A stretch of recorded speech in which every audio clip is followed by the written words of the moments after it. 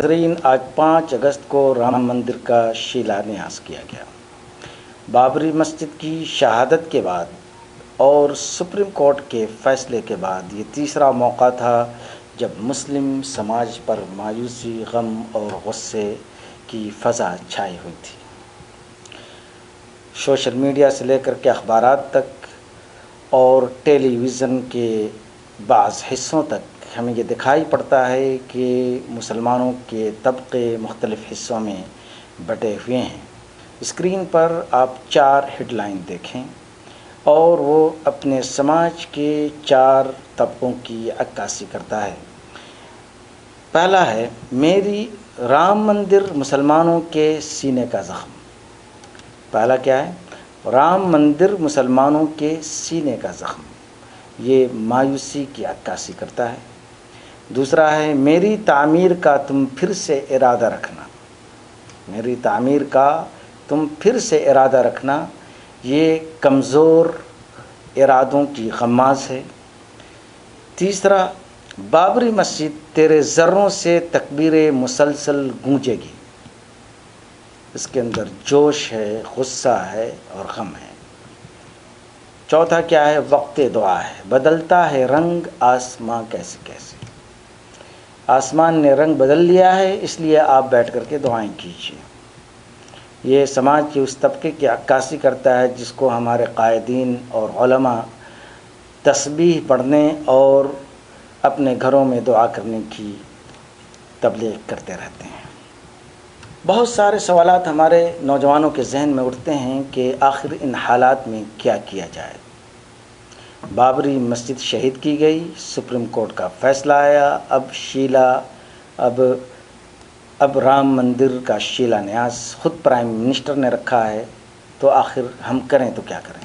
شاید آپ نے بھی تاریخ میں پڑھا ہوگا کہ جاپان پر 6 اگست 1945 کو اور ناگاساکی پر 9 اگست 1945 کو امریکہ نے ایٹم بم گرایا۔ آپ نے صرف شاید اتنا ہی سنا ہے، لیکن اس کے آگے کی بات یہ ہے کہ اس سے پہلے اور اس کے بعد امریکن فوجوں نے جاپان کے ہر شہر پر بمباری کی تھی اور ہر شہر کو تہس نہس کر کے رکھ دیا تھا۔ گویا کہ صرف ناگاساکی اور ہیروشیما تباہ نہیں ہوا بلکہ پورا جاپان تباہ ہو گیا تھا۔ ہیروشیما میں 90 سے 1000 آدمی بیک وقت مارے گئے، ناگاساکی میں 60,000 سے 70,000 آدمی ایک مرتبہ مارے گئے۔ غور کریں، اگر سیم سچویشن مسلمانوں کے پاس اگر ہو تو کیا کریں؟ اس قوم کے 2.5 سے 3 لاکھ آدمی چند گھنٹوں میں مار دیے گئے۔ پورا شہر نہیں بلکہ پورا ملک تباہ کر دیا گیا۔ اکنامی تباہ ہو گئی، بینک تباہ ہو گئے، سڑکیں تباہ ہو گئیں، شپس تباہ ہو گئے، ٹرانسپورٹ تباہ ہو گیا، لاکھوں لوگ مر گئے، ریڈیشن پھیل گیا اور پوری دنیا کی آنکھیں جاپان کی طرف لگی ہوئی تھیں کہ اب یہ جاپان کیا کرے گا۔ امریکن کی بمباری کے پاس جاپان کی جو سچویشن ہوئی تھی 1945 میں، اس کو آپ ذرا غور سے دیکھیں۔ ٹوٹل کیپٹل لاس 25% ہو گیا۔ ملٹری شپ اور ملٹری ایروپلین اور جو بھی ان کے ساز و سامان تھے 100% نشٹ کر دیے گئے۔ کمرشل شپ 81% تباہ ہو گیا۔ Industrial machine 34%، urban housing 33%، building and structure 25%، telegraph telephone 16%، electricity and road وغیرہ 10% تباہ ہو گئے۔ گویا کہ پورا ملک بیٹھ گیا۔ جاپان نے آخر اس تباہی کے بعد کیا قدم اٹھایا، یہ دیکھنے کی بات ہے۔ جاپان نے ایک پالیسی اختیار کی جس کا نام تھا priority production system. Priority production system, priority دی جائے کس چیز کو ہم سب سے پہلے تیار کریں اور کتنا تیار کریں۔ پرائم منسٹر نے اپنے ایڈوائزری گروپ کو یہ کہا کہ آپ مجھے ایک لسٹ بنا کر کے دیں کہ کن چیزوں کی آپ کو ضرورت ہے کہ وہ ہم امپورٹ کر سکیں۔ بہت ہی لمبی فہرست ان کے ایڈوائزنگ گروپ نے بنا کر کے دی۔ پرائم منسٹر نے کہا کہ نہیں، مجھے صرف 5 اور 6 جو سب سے زیادہ ضروری چیزیں ہیں ان کی لسٹ بنا کر کے آپ دیں. ان لوگوں نے لسٹ بنا کر کے دی: steel, coal, heavy oil, rubber and buses. جانتے ہیں جاپان نے اپنے پرائرٹی پروڈکشن سسٹم میں سب سے پہلا ٹارگٹ کیا رکھا تھا کہ کنٹری کے اندر انرجی پیدا کی جائے. اور انرجی کے لیے ظاہر سی بات ہے ایندھن کی ضرورت ہوگی، یعنی کوئلہ کی. لہٰذا جاپان نے سب سے پہلے کوئلہ پروڈکشن کا نیشنل کمپین چلایا کہ ہمیں کسی بھی قیمت پر کوئلہ 30 ملین چاہیے تو چاہیے. اس کے لیے نہ صرف یہ کہ عوام بلکہ منسٹر تک مائنز کے اندر جانے لگے، مائنز کے اندر جو کام کرتے تھے ان کو اپریشیٹ کرنے لگے، ان سے ملنے لگے، ان کا حوصلہ بڑھانے لگے. اسی طرح ان کے اعلیٰ عہدیداران اپنے ورکروں کی اور جو لوگ مائنز میں کام کرتے تھے ان کے حوصلوں کو ریڈیو کے ذریعہ اس وقت اور دوسرے ذرائع ابلاغ کے ذریعہ ان کی ہمت افزائی کرتے رہے، اور انہوں نے 1947 تک 30 ملین کوئلہ پروڈکشن کا ٹارگٹ پورا کر لیا. 1947 تک، یعنی 45 کے بعد 1947 تک 29.32 ملین ٹنز کوئلہ لوکلی اور ڈومیسٹکلی پروڈکشن ہونے لگا جاپان میں. یہ جاپان کی قوم کا کمٹمنٹ تھا جس کو انہوں نے پورا کر دکھایا. جاپان نے سب سے پہلے کوئلہ پروڈکشن شروع کیا اور اس کا ٹارگٹ اچیو کیا تاکہ انرجی پیدا کی جائے. جب انرجی ہوگی تو پورا ملک چلے گا، انڈسٹریاں چلیں گی، پھر ہم اپنے پاؤں پر کھڑے ہوں گے. چنانچہ 2 سال کے اندر 1947 میں جاپان کے اندر ریکوری شروع ہو گئی. آج ہم اور آپ اسی موڑ پر کھڑے ہوئے ہیں. یہ 75 سال پہلے کی بات ہے اور آج 2020 میں ہم اور آپ اسی موڑ پر کھڑے ہوئے ہیں. ہندوستان کے اندر مسلمانوں کا وجود خطرے میں یقیناً ہے. رام مندر کے شیلانیاس سے ہمیں کوئی دقت نہیں. بابری مسجد کی شہادت یقیناً ایک افسوسناک عمل ہے، مگر بابری مسجد کی شہادت کا مسئلہ نہیں ہے. مسئلہ ہے 20 کروڑ مسلمانوں کے وجود کا.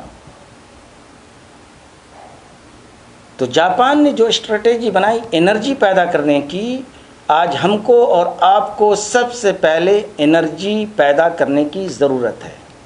اور جانتے ہیں کہ قوموں کی انرجی کیا ہوتی ہے.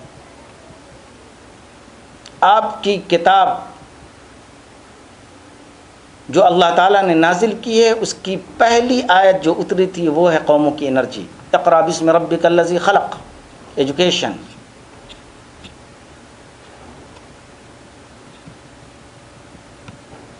دنیا میں کسی بھی قوم کو اگر ترقی کرنا ہے تو اس کی انرجی ایجوکیشن ہے. انرجی جب پیدا ہوگی تو پوری قوم حرکت کرے گی. جب پوری قوم حرکت کرے گی تو قوم اوپر اٹھے گی. جب اوپر اٹھے گی ظلم کا آٹومیٹک خاتمہ ہوگا. مگر یہ بات سمجھ میں نہیں آتی. آپ فیس بک پر لکھتے رہیں، میڈیا میں اردو اخبارات میں آپ ماتم کرتے رہیں، آپ گھروں کے اندر دعائیں کرتے رہیں، مگر جب تک آپ کی اسٹریٹجی نہیں ہوگی، جب تک آپ کی پلاننگ نہیں ہوگی کہ اگلے 10 سال یا 20 سال میں ہمیں ہندوستانی مسلمانوں کو کس شکل میں لے کر کے جانا ہے، اس وقت تک یقیناً آپ کا حال اور بدحال ہوتا جائے گا. سوالات آتے ہیں کہ آخر ہم اس موقع پر کیا کریں. آپ کریں، آپ کے لیے کام ہے. بحیثیت امت آپ یہ طے کر لیں کہ ہم ہر سال ایجوکیشن میں اپنا ٹارگٹ پورا کریں گے. بابری مسجد کا قضیہ آپ ہار گئے اس لیے کہ وکیل آپ کے نہیں تھے، یقین مانیے. نوجوان جیلوں کے اندر بند ہیں اور ان کا کوئی پرسان حال نہیں، اور آگے یہ وقت آنے والا ہے کہ کوئی بھی ہندو آپ کا کیس نہیں لے گا، اور ایسے مشاہدات ہو چکے ہیں. کیوں نہیں آپ ٹارگٹ پیدا کرتے کہ ہم بحیثیت مجموعی طور پر پوری امت اسلامیہ ہندیہ مل کر 5 سے 10 ہزار ایڈوکیٹ ہم کورٹوں کے اندر داخل کر دیں گے. ہزاروں مدرسے جو ہمارے پڑے ہوئے ہیں وہاں سے سینکڑوں کی تعداد میں ہر سال ہم وکلا نکالیں گے، اور وکلا نکال کر کے کورٹوں کے اندر ہم بھر دیں گے تاکہ ہماری آواز اور ہماری طاقت مضبوط ہو. کیوں نہیں آپ یہ ٹارگٹ کرتے کہ ہر سال کم سے کم 5000 پورے ہندوستان میں کہیں نہ کہیں پولیس کے اندر ہم اپنے نوجوانوں کو بھر دیں گے اور اس ٹارگٹ کو ہم اچیو کریں گے؟ کیوں نہیں آپ یہ ٹارگٹ بناتے ہیں کہ ہم پورے سال میں کم سے کم 100 IAS پیدا کریں گے؟ آپ کے نام آتے ہیں 15-20، آپ کی تعداد 14% ہے اور 20 سے کام نہیں چلنے والا۔ آپ کیوں نہیں یہ ٹارگٹ کرتے ہیں کہ پورے ہندوستان میں ڈاکٹری کا جو پیشہ ہے وہ مسلمانوں کا پیشہ بن جائے؟ کیوں نہیں یہ ٹارگٹ کرتے ہیں کہ پورے ہندوستان میں IT پر قبضہ مسلمانوں کا قبضہ ہو، تاکہ دوسری قومیں آپ کی محتاج بن جائیں؟ جس دن دوسری قومیں آپ کی محتاج بن جائیں گی اس دن طاقت آپ کے پاس آئے گی، مگر جو کرنے کے کام ہے وہ ہم نہیں کرتے۔ تو آج بابری مسجد کی جگہ پر رام مندر کے شیلا نیاز پر افسوس اور ماتم کرنے کے بجائے آپ اور ہم مل کر کے یہ کمٹمنٹ کریں کہ ہم ہندوستان کا نقشہ بدلیں گے، اپنی قوم کا نقشہ بدلیں گے۔ ایجوکیشن کے اندر مسلمان نمبر 1 پر آئے گا، ہمارے وکیل ہوں گے، ہمارے ڈاکٹر ہوں گے، ہمارے IT انجینئرس ہوں گے۔ دوسرے سیکٹرز میں کچھ بھی ہو جائے، ہمیں جاپان کی طرح 30 ملین کول کا ٹارگٹ انہوں نے پورا کیا تھا، ہم 30,000 انجینئرس، ڈاکٹرز اور ایڈوکیٹ کا ٹارگٹ پورا کریں گے۔ ہزاروں کی تعداد میں آپ کے مدرسے پھیلیں گے۔ کیا ہمارے پاس ان سارے مدرسوں کی ضرورت ہے؟ کیا اس بات کی ضرورت نہیں ہے کہ ان مدرسوں میں سے چند کو ہم چینج کر دیں اور چینج کر کے ہندوستان کی معیشت اور ہندوستان کی IT اور ہندوستان کی ایڈمنسٹریشن میں حصہ لیں؟ کیا زکوٰۃ کے پیسے صرف مدرسے میں پڑھنے والوں کے لیے جائز ہیں اور باقی کے لیے حرام ہیں؟ کیا ہم اتنے بڑے فنڈ کو ہم ہندوستان کی معیشت اور ہندوستان میں مسلمانوں کو طاقتور بنانے کے لیے خرچ نہیں کر سکتے؟ یقیناً کر سکتے ہیں۔ ان اللہ لا یغیر ما بقوم حتی یغیروا ما بانفسہم، جب تک اپنے آپ کو چینج نہیں کرو گے تمہاری حالت چینج ہونے والی نہیں ہے، یاد رکھو۔ اور حالت چینج کرنے کا مطلب یہ کہ اپنی اسٹریٹجی، اپنی پلاننگ، اپنی ذہنیت اور اپنا خیال اور اپنا عقیدہ یہ سب چینج کرو۔ اس لیے میں امید کرتا ہوں کہ ہمارے نوجوان بجائے اس کے کہ افسوس اور ماتم کریں گے، اپنے لیول پر کم از کم ٹارگٹ کریں گے کہ ہم ہندوستان میں تعلیم کا نقشہ مسلمانوں کے لیے تبدیل کر کے رکھ دیں گے۔ اللہ تعالی ہمیں اور آپ کو، ہم سب کو توفیق عطا فرمائے۔